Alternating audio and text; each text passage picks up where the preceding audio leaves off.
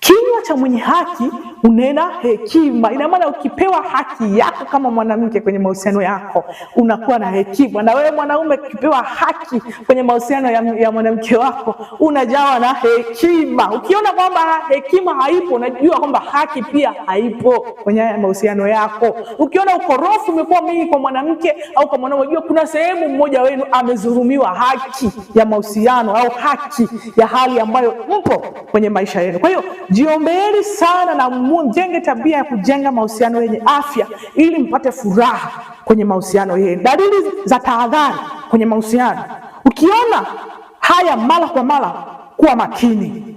Ukiona haya mambo mara kwa mara, kuwa makini. Wivu uliopitiliza, kupigwa au kutishwa, kudhibitiwa simu na maisha yako, kukosa amani kila siku. Ushauri kwa vijana, ukiona kwamba kwenye mahusiano yako kunakuwa, yani mahusiano hapa nazungumzia mahusiano yenye afya.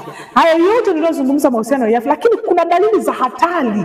Ukiwa uko ndani ya mahusiano yenye afya, alafu ukaona dalili zenye afya kama matusi, wivu uliopitiliza, kupigwa au kutishiwa, kudhibiti simu na maisha yako, kukosa amani kila siku, lazima uchukue hatua za tahadhari. Ushauri sasa: ukiona dalili kama hizo kwa vijana au kwa mtu yoyote yupo kwenye mahusiano, omba kabla ya kuchukua hatua. Omba kabla ya kuchukua hatua. Kusikiliza ushauri wa wazazi au viongozi wa kiroho. Usipuuze tabia mbaya ukisema atabadilika.